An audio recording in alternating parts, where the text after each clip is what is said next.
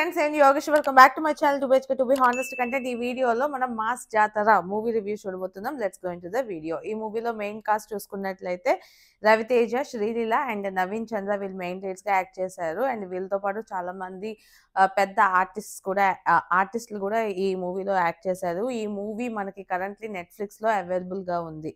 And ఈ మూవీకి music అందించింది బీమ్స్ అండ్ డైరెక్ట్ చేసింది భాను భాగవరపు. ఈ మూవీ టోటల్ గా 2 hours 20 minutes ఉంటుంది. ఈ మూవీ మెయిన్ ప్లాట్ చూసుకున్నట్లయితే రవితేజ ఒక ఎస్ఐ, నార్మల్ ఎస్ఐ కాదు, ఆయన రైల్వే డిపార్ట్మెంట్ ఉంటుంది కదా, అందులో ఎస్ఐ అన్నమాట.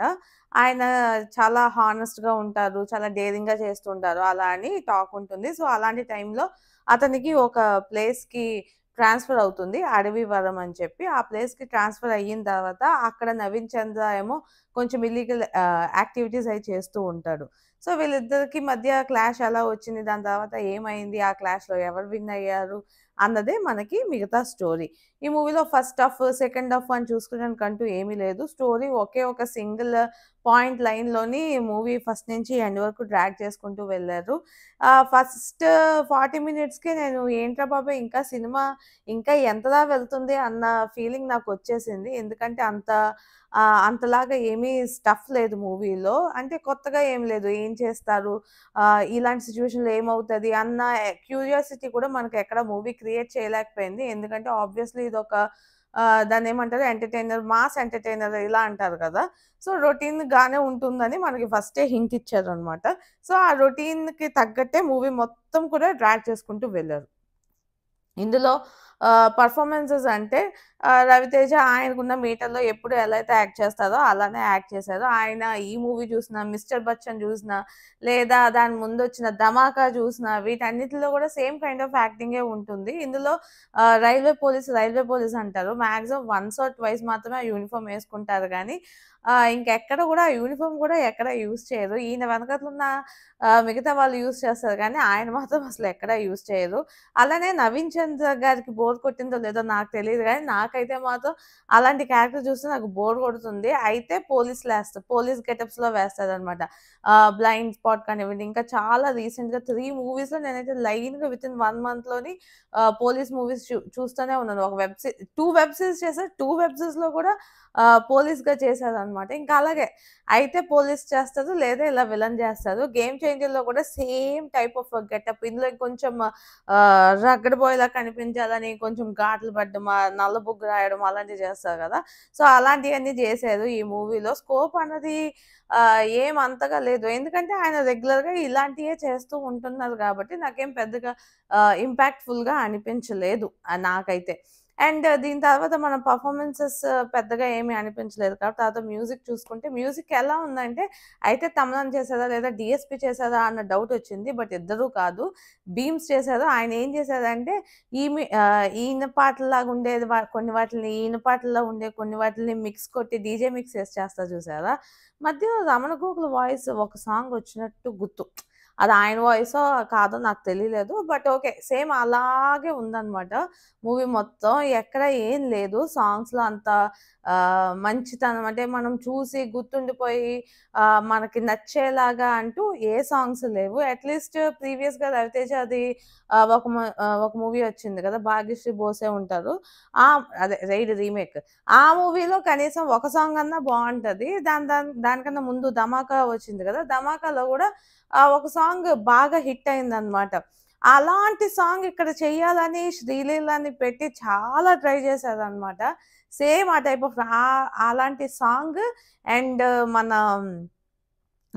కుర్చీ మడత పెట్టి సాంగ్ ఉంది కదా, సో అలాంటి చూడ్డానికి అలాంటి బ్యాక్గ్రౌండ్ ఈ రెండు మిక్స్ చేసి చాలా చాలా చాలా ట్రై చేశారు. బట్ అదైతే 0% వర్కౌట్ అయిందని చెప్పాలి, అస్సలు వర్కౌట్ అవ్వలేదు. అది కాకుండా ఇంకా మిగతా సాంగ్స్ కూడా ఏమీ వర్కౌట్ అవ్వలేదు. ఇందాకలా చెప్పినట్టు శ్రీలీల కూడా ఈ మూవీలో ఎందుకున్నారో ఆమెకు కూడా తెలియదు. ఓన్లీ ఒక 3 songs డాన్స్ చేయడానికి అండ్ ఏదో ఒకసారి అలా వచ్చి ఇలా వెళ్ళిపోవడానికి తప్పించి ఇంకా అసలు ఎక్కడా కూడా శ్రీలీల నాకు కనిపించలేదు. అదే మూవీలో. అంతలా ఏం లేదసలు తన క్యారెక్టర్‌కి చేయడానికి.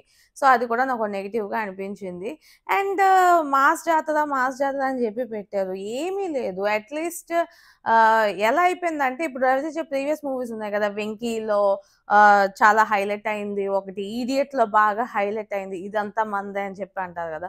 సో, అలాంటిది 'జాన్ గ్రీషమ్' నావెల్స్ అంటే ఇష్టమని 'వెంకీలో' అనడము. ఇలాగ ఒక 4, 5 మూవీస్ అన్ని ఇంకా క్లైమాక్స్ సీన్ చూసినప్పటికి మనం చూస్తే 'విక్రమార్కుడు' సీన్ అలా పెట్టేసినట్టు. ఈవెన్ పోలీస్ గెటప్‌లో ఉన్నప్పుడు ఒక యాక్ట్ చేస్తారనమాట. అది కంప్లీట్‌గా 'విక్రమార్కుడులో' కూడా ఉంటది ఆ సీన్. సేమ్ అలాంటి సీనే మళ్ళీ రీక్రియేట్ చేసినట్టు నాకనిపించింది. ఆల్‌మోస్ట్ ఒక 5, 6 సీన్స్ సేమ్ అలానే చేశారు. ఆఫ్‌కోర్స్ ఏమీ కంటెంట్ లేదు. కనీసం ఇదన్నా చెయ్యాలని చేసినట్టు నాకనిపించింది. ఈ మూవీని డైరెక్ట్ చేసింది భాగవరపు సంథింగ్ భాను. అయితే ఆయన నాకైతే ప్రీవియస్‌గా ఏం మూవీస్ చేశారో ఐడియా లేదు. ఎక్కడ లేదనమాట. కానీ ఈ మూవీ అయితే మాత్రం ఎందుకు తీశారో నాకు అర్థం కాలేదు. ఇంకొంచెం బెటర్‌గా స్టోరీ రాసుకోవచ్చు.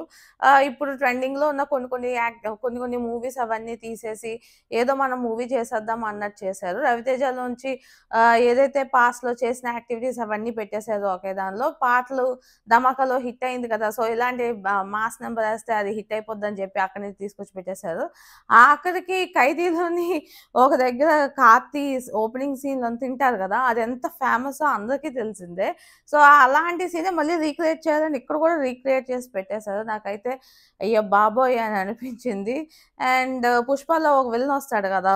హాఫ్ షేవ్ చేసేసి 'పుష్ప 2లో' ఆ విలన్‌ని కూడా తీసుకొచ్చి పెట్టేసారనమాట ఇందులోనే. ఇంకా క్లైమాక్స్‌లో ఎందుకొస్తదో తెలీదు. జస్ట్ లైక్ దట్ అన్నట్టు ఆళ్ళు వచ్చేసారు. ఇంకిలాగే చాలా సిమిలారిటీస్ ఉన్నాయి మన రీసెంట్ ఒక 1, 2 ఇయర్స్‌లో వచ్చిన మూవీస్ నుంచి. అసలు కొత్తదనం అన్నదే ఈ మూవీలో నాకు ఎక్కడా కనిపించలేదు. సో, నాకు డైరెక్షన్ కూడా ఏమీ నచ్చలేదు. ఫైనల్లీ నాకెలా అనిపించిందంటే ఈ మూవీ అసలు రివ్యూ చేయడానికే పనికిరాదు. రోస్ట్ చేయడానికి మాత్రమే పనికొస్తది. నాకు ఒకరు చెప్పారనమాట నాకు రోస్ట్ చేయడం రావట్లేదని. సో, అందుకే నేను పెద్దగా రోస్ట్ అని కాన్సంట్రేట్ చేయట్లేదు. బట్ ఈ మూవీ మీరు చూసినట్లయితే ఒక 10 మెంబర్స్ విలన్స్ వస్తుంటారు. ఒక 10 మెంబర్స్ కమెడియన్స్, క్యారెక్టర్ ఆర్టిస్ట్ వచ్చేస్తుంటారు. ఎక్కడి నుంచి ఎవరెవరు వస్తున్నారో తెలీదనమాట. నేను యాక్చువల్లీ ఈ మూవీ చూడకముందు 'పాంచ్ మినార్' మూవీ చూసాను. అందులో ఉన్న ఒక 5, 6 క్యారెక్టర్స్ అలా ఇటువైపు వచ్చేసి ఈ సినిమాలో యాక్ట్ చేశారు. నేను అనుకున్నాను ఏంట్రా బాబు! ఈ మరీ ఇంత దారుణంగా ఈ 2 మూవీస్‌లోని సేమ్ ఆర్టిస్ట్ ఉండేసరికి నేనే కన్‌ఫ్యూజ్ అయ్యాను. ఆ సినిమా చూస్తున్నానా? లేదా ఈ సినిమా చూస్తున్నానా అని. మీరు కూడా చూసినట్లయితే నాకు కామెంట్స్‌లో చెప్పండి.